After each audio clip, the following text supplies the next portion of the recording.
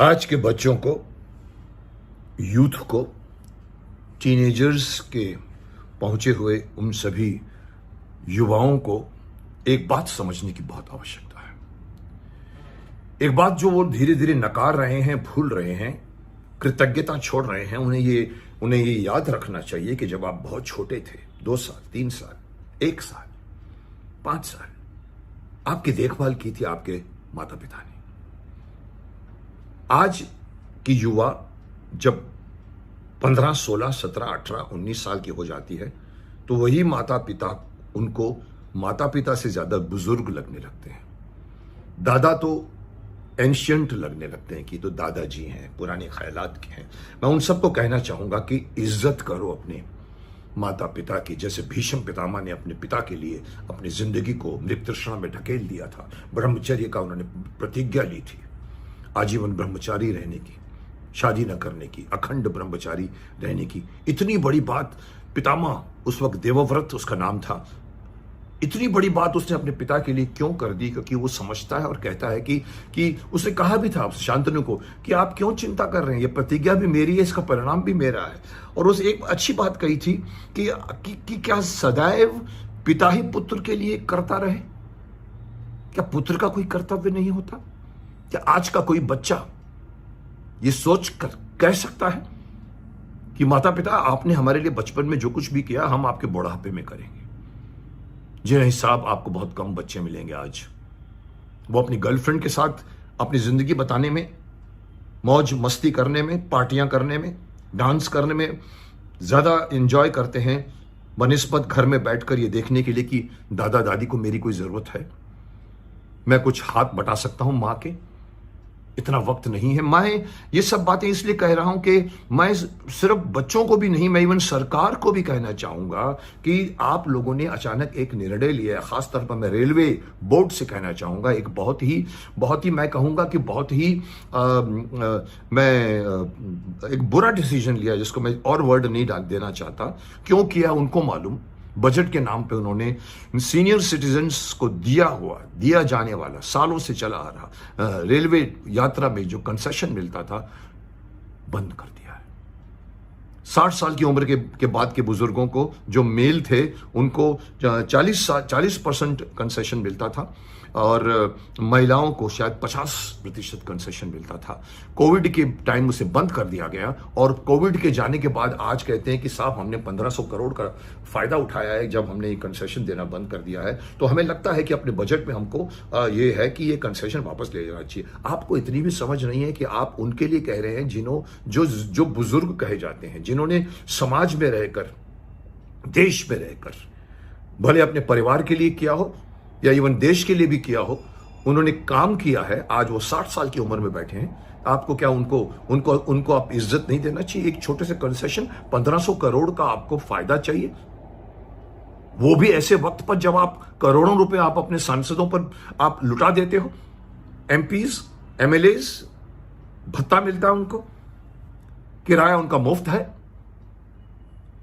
उनके साथ उनका परिवार वाला चले तो उनको भी मुफ्त में किराया मिलता है, घर मिलता है, उनको गाड़ी मिलती है। उनके ऊपर आप खर्च करते हो जिनको आपने अपने सेवक के रूप में चूज किया है। क्या आप उनको भत्ता देते हो? ठीक है, लेकिन ये सब चीजें, सुविधाएं अगर आप देते हो उनको ये सोच कर कि वो उनके हकदार हैं, तो क्या सीनियर सिटीजन इस छोटे से आपके एक जेस्चर के हकदार नहीं है? ये बहुत ही स्टूपिड डिसीजन लिया है रेलवे सरकार ने। बजट बचानी है आपके, तो बहुत तरीके हैं। और बजट बचाकर करोगे क्या? आपके पास बहुत पैसे हैं, आप दीजिए ना हमें सुविधाएं। आप कहो कि नहीं, अगर 1500 करोड़ हमको और मिल जाएंगे तो हम और भी सुविधाएं देंगे, तो हमको नहीं चाहिए वो सुविधाएं। हमको ये सुविधा है कि हमारे माता पिता जब ट्रैवल करें तो उनको जो आप पहले कंसेशन देते थे, वो कंसेशन, वो रियायत आप बरकरार रखिए। कई लोगों का इंटरव्यू दिखाया गया है, ट्रेन में चलते हुए बैठे हुए यात्रियों से पूछा गया, जब संवाददाता ने पूछा आपको क्या लगता है, तो कई लोगों ने यही बात की कि सर देखिए क्या है कि अभी हम यात्रा करना कम कर देंगे। देखिए क्या होता है कि एक मध्यम वर्गीय होता है, एक छोटे परिवार के भी होते हैं। बड़े परिवारों को कोई फर्क नहीं पड़ता कंसेशन दो या ना दो, दो तो अच्छा, नहीं दो तो कोई बात नहीं, मेरे पास बहुत पैसे हैं। लेकिन यूजुअली ट्रैवल करने वाले मध्यम वर्गीय होते हैं। उनको अगर आप 50% कंसेशन देते हो, उनके दिल में और इच्छा जागती है, हाँ चल चल बेटा मैं भी चलता हूं तेरे साथ में, और बेटा भी उसको उसके खर्च को वहन को करने को तैयार हो जाता है क्योंकि 50% कंसेशन मिल रहा है। उस सुविधा को आपने छीन लिया। आपको नजर नहीं आ रहा कि आप सांसदों को देते हैं जो देने की कोई जरूरत नहीं है। जिंदगी भर का उनको पेंशन मिलता है, जब वो रिटायर भी होते हैं तो भी जिंदगी भर पेंशन मिलता है उनको। अगर सांसद बनकर रिटायर हुए तो सांसद का उनको मिलता है। अगर वो एमएलए बनकर अगर वो मतलब एमपी बन के भी अगर रिटायर होते हैं तो भी पेंशन मिलता है। अगर वो एमएलए बन के भी रिटायर होते हैं तो उसका भी अलग से पेंशन मिलता है। ये क्यों होता है, काहे को होता है, इज इट राइट? थोड़ी सी संवेदना रखिए। जैसे कि मैंने बिगिनिंग में कहा कि बच्चों को अपने माता पिता की तरफ संवेदनशील होना चाहिए, सरकार को अपने बुजुर्ग नागरिकों के प्रति संवेदनशील होना चाहिए। आप उनको जो कुछ दे रहे थे वो उनका हक अच्छा था, आपने अच्छा जेस्चर दिखाया था सालों से, उनको रियायत देकर। उनको रियायत छीनना क्या वो सांसदों से कम है, एमपी एमएलए से कम है?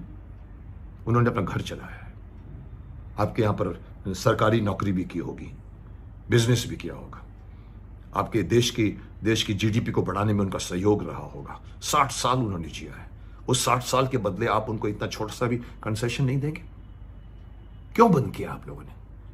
अगर इसको बंद किया तो बंद कर दीजिए। एमपी एमएलए के सारे जो भत्ते मिलते हैं, जो इनको कार मिलती है, गाड़ी मिलती है, बंगला मिलता है, प्लेन में फ्री ट्रैवल करते हैं, रेलवे में फ्री ट्रैवल करते हैं, साथ में पत्नी हो बच्चे हो तो फर्स्ट क्लास में ट्रांसफर हो जाता है। ये क्यों? क्या हम उनके हम सेवक हैं या वो हमारे सेवक हैं? हम उनको सुविधा देते हैं और अपने माता पिता को सुविधा नहीं देते। उसके सुविधा के खिलाफ कोई नहीं बोलता।